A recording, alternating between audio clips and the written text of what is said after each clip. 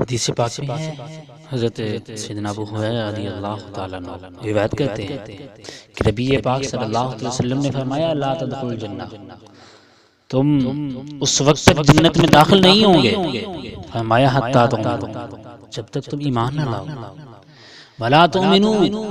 حتی تحابوا، اولا ادلکم علی شیء اذا فعلتموه تحاببتم، افشوا السلام بینکم، اور اس وقت تک تم مومن نہیں ہو سکتے جب تک آپس میں ایک دوسرے کے ساتھ محبت نہ کرو، اس وقت تک تم مومن نہیں ہو سکتے جب تک آپس میں ایک دوسرے کے ساتھ محبت نہ کرو۔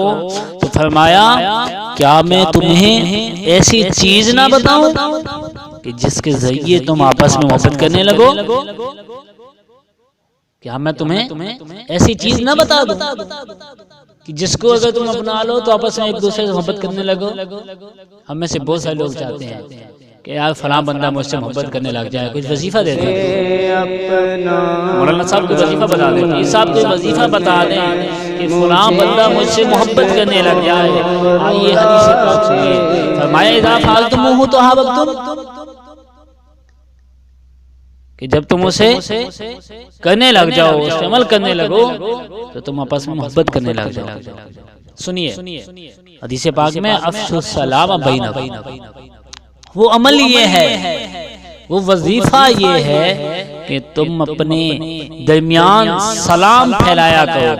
یعنی ایک دوسرے کو سلام کیا تو محبت ہو۔ کوئی کلام ہو، کوئی گفتگو ہو، کلام کرنے سے پہلے، گفتگو کرنے سے پہلے السلام علیکم کہو، اس کا معنی ہے کہ تیری سلامتی ہو، اور وہ بھی آگے جواباً کہے وعلیکم السلام، کہ تجھے بھی سلام دے۔ ایک مومن ملاقات کرتے ہی دوسرے مومن کو ضمانت دیتا ہے کہ تیری عزت، تیرا مال، تیری آبرو، اس کو میری طرف سے کوئی خطرہ نہیں ہے، میں تجھے سلامتی دیتا ہوں۔